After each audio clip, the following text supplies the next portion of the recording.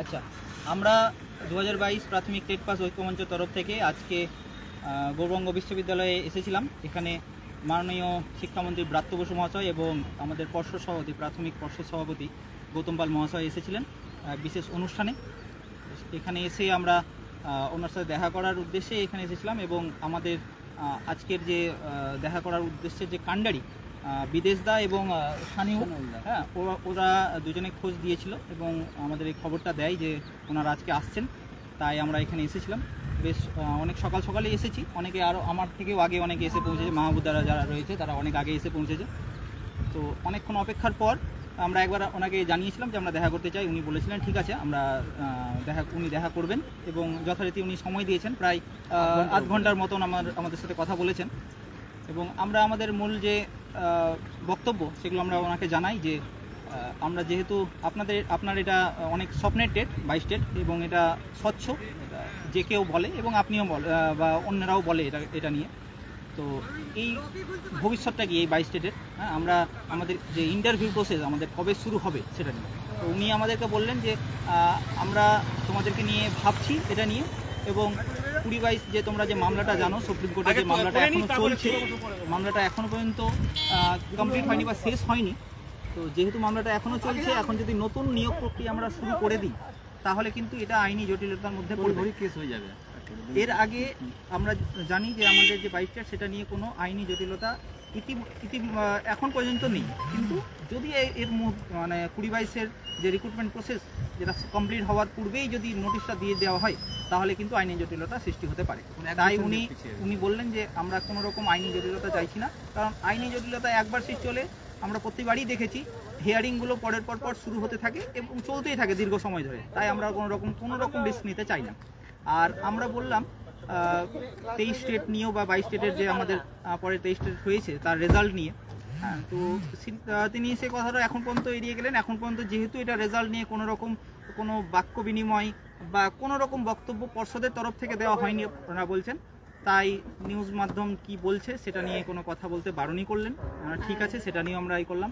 আর আমাদেরকে অনেকাংশে আশ্বস্ত করলেন যে না, আমরা আপনাদের নিয়ে ভাবছি বা তোমাদের নিয়ে ভাবছি, এবং খুব দ্রুত এই কেসটা মিটে গেলেই তোমাদের নিয়ে একটা নতুন করে ইন্টারভিউ নোটিফিকেশান আসবে এবং সেটা দ্রুতই নিয়োগ প্রক্রিয়া শুরু হবে।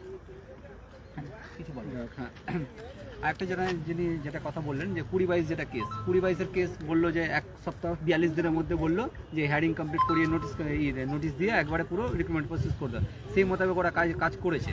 তা পর্ষদ সভাপতির একটাই বক্তব্য যে নতুন করে যদি নোটিশ যদি আমরা যদি এখন পাবলিশ করে দিই মিনিমাম 1 থেকে 1.5 বছর পিছিয়ে যাবে তোমাদের 22 নোটিফিকেশন। তো সুতরাং আমি চাই না যে এরকম করে কিছু পিছিয়ে যাক, একটা প্রসেস কমপ্লিট হবে তারপর তোমাদের দেবো। কোনো আইনি জটিলতা নেই তোমাদের, আমি জানি, কিন্তু তারপরেও বলছি সুপ্রিম কোর্টের এটা রায় রয়েছে, ঠিক আছে? যতক্ষণ একটা কমপ্লিট করবো না ততক্ষণ কিন্তু পারবো না, যেটা যা বললেন ওনার কথাটা বোঝা গেল। আর এটাও বললো, আর এটাও জিজ্ঞেস করা হলো 22-23 একসাথে গুলাবেন কি না বা একসাথে দেবেন কিনা, এই নিয়েও কিন্তু কোনো কিছু বললো না। বিএড ডিএড সমস্ত কথাই আমরা জিজ্ঞেস করেছি, কিন্তু ক্লিয়ারভাবে কিন্তু কোনো কিছু ভাবে বললেন না। যেমন শুভদীপ যখন কোশ্চেন করলো যে বিএডরা এখনই ডিএলএড করে নিচ্ছে, ওরা ঘুরপথে আবার ঢুকতে পারে, তো বলছে তোমরা ওগুলো নিয়ে অত চিন্তা করছো কেন, এখন কিছু ওগুলো নিয়ে ভাবতে হবে না, ঠিক আছে? ওটা দিক গেল। তারপরে যেটা 23-এর রেজাল্ট নিয়ে যখন বললাম তখন ও এটা কথা বললো যে ওদের তো এখন রেজাল্ট হয়নি, ওদের তো এখন অ্যান্সারকেই প্রকাশ করেনি, তো সুতরাং ওদেরকে একসাথে দেবে না, এক কথা যে আমাদেরকে একসাথে দেবে না, এটাই কিন্তু উনি বলতে চাইছেন। আমি বলি মানে 22 আর 23-এর যে টেট সেই নিয়ে একটা প্রশ্ন করলাম যে স্যার 23-এর টেট হয়ে গেল, তাদেরও রেজাল্ট আউট হয়ে যাবে, আমরা 22-এর টেট পাস করা 1 বছর হয়ে গেল রেজাল্ট আউট হওয়া, অথচ তাদেরও টেট পরীক্ষা হয়ে গেল। এবার তারা কি বলছে যে না আপনারা তো আন্দোলন করলেন যে 1 মাসের মধ্যে নাকি 23-এর রেজাল্ট আউট হয়ে যাচ্ছে, কই হয়েছে কি? হয়নি, এখনো তো অ্যান্সার কি পাবলিশ করেনি ওদের। তো আপনারা 23 নিয়ে ভাববেন না, আমরা সেটা জানি, আমার উপর আস্থা আছে, তো আমার উপর ভরসা আছে, তো এইভাবে বললেন।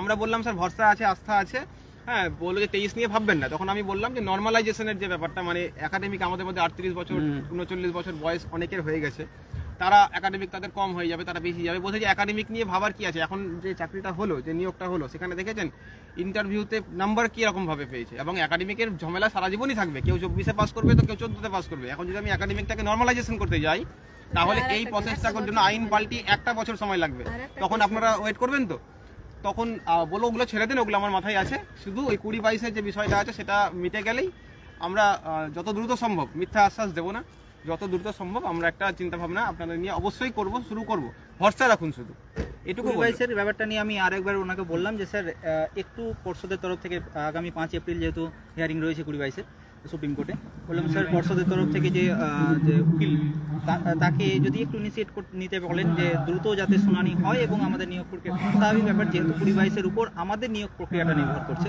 তাই ওটার দ্রুত শুনানি হয়ে গেলেই আমাদের নিয়োগ প্রক্রিয়া শুরু হতে কোনো সমস্যা থাকবে না। ওটার কথা ওনাকে বললাম, তো উনি তার পরিপ্রেক্ষিতে উত্তরটা দিলেন যে না, আমরা কিন্তু সমস্ত রকম কাজ দ্রুততার সঙ্গেই করছি। এর আগেও যেমন আমাদের 6 সপ্তাহ সময় দেওয়া হয়েছিল, প্রায় 2900 ক্যান্ডিডেট, উনি এটা নিজেই বললেন যে 2900 ক্যান্ডিডেটের ইন্টারভিউ নিয়ে আমরা তার এপিডেভিট আকারে কিন্তু সুপ্রিম কোর্টে অলরেডি জমা করে দিয়েছি কুড়িবাইশের। তো আমরা বললাম স্যার ওই কথাও আমরা জানি, আমরা নিউজ পেপারে ওটাও দেখেছি। তো বললো যে ওটা নিয়ে চিন্তা করতে হবে না, পর্ষদ আপনাদের প্রতি ভাবনা চিন্তা রয়েছে বলেই দ্রুততার সঙ্গে কাজ করছে, আপনারা এইটুকু আশ্বাস আমাদের প্রতি রাখতে পারেন। যাই হোক, মোটামুটি আমরা যদি বলি সব কথা বলে আমাদের সদর্থকই মনে হয়েছে আপাতত। উনি নেগেটিভ কিছু কথা বলেননি বা জানি না, মোট কথা আমরা পাইনি নেগেটিভ কিছু কথাবার্তা। 2000 যা মনে হয়েছে সমস্তটাই আমরা কিছু বললাম।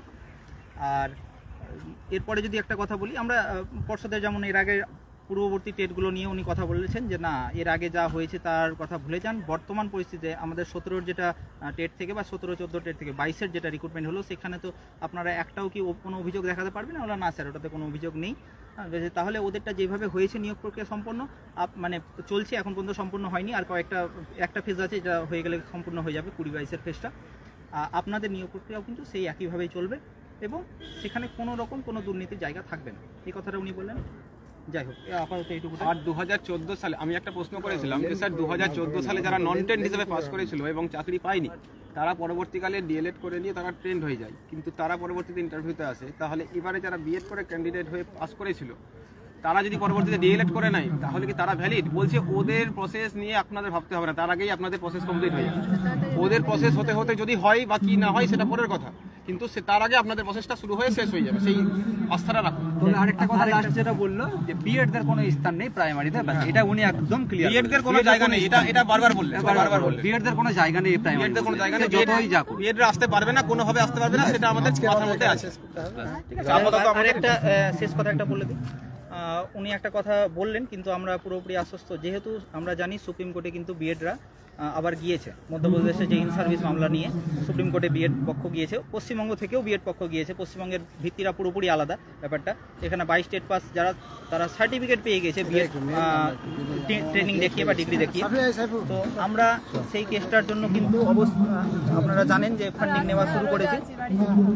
নেওয়াটা শুরু করেছি এবং অনেকেই ফান্ডিং দিয়েছেন, কিন্তু এখনও পর্যাপ্ত ফান্ডিং কিন্তু আমাদের কাছে এসে পৌঁছয়নি।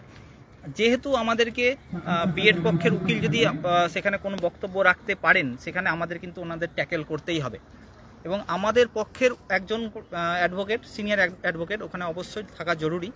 নইলে কিন্তু এর আগে যেমন রমেশ রুয়াল স্যারের কথা বলা হয়েছিল, রমেশ রুয়াল স্যারের যিনি আছেন অ্যাডভোকেট, তিনি কিন্তু এমপি বা মধ্যপ্রদেশের ইন সার্ভিস যারা রয়েছেন বিএড, তাদের এগেনস্টেই কথা বলবেন।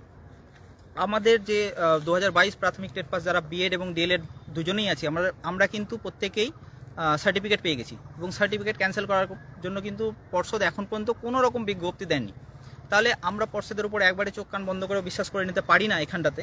তাই সুপ্রিম কোর্টে যে হিয়ারিংটা রয়েছে 1 এপ্রিল, তার জন্য কিন্তু ফান্ডিংটা অবশ্যই করুন। আপনাদের যা যেমন সামর্থ্য সেইভাবে ফান্ডিং করুন। আমি বলছি না যে এতটা অ্যামাউন্ট বেঁধে দিন, আমি বলছি, আমি নিজে দেখেছি আমাদের মালদা জেলা থেকেই কেউ যদি পেরেছেন 2000 টাকা পর্যন্ত ফান্ডিং দিয়েছেন আমাকে, সেটা তিনি পেরেছেন দিয়েছেন। আমি বলছি না আপনাকে সেই অ্যামাউন্ট দিতে হবে, আপনি যা সামর্থ্য সেই সামর্থ্য দিন, ঐক্যমঞ্চের পাশে দাঁড়ান।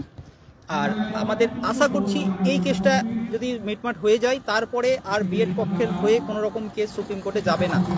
কারণ যতটা জানি যে জাস্টিস ধুলিয়া স্যার এবং জাস্টিস বোস স্যার রয়েছেন, তাদের মধ্যে কোনো একজন বিচারপতির যে অবসর সময় খুব তাড়াতাড়ি এগিয়ে আসছে, সম্ভবত এপ্রিলের 10 তারিখ, তারপরে এই বেঞ্চটা ভেঙে যাবে, অন্য বেঞ্চ গঠিত হবে এবং অন্য বেঞ্চ কিন্তু বিএড পক্ষের আর কোনো মামলা শুনবেন না।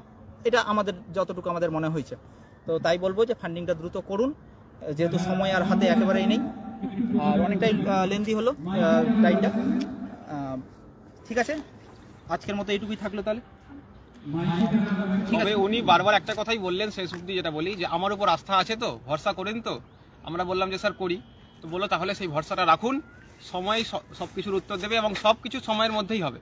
সেই ভরসাটা আমরা আপনাকে দিচ্ছি, মানে আমি আপনাদের দিচ্ছি। ধন্যবাদ। আর আমাদের এটুকুই বলার ছিল। লাইভটা এখানেই শেষ করছি।